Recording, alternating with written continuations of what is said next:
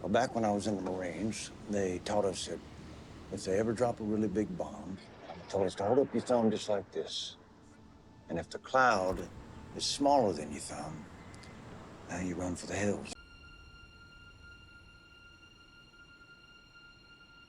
That's smoke, Janie. It's just a fire.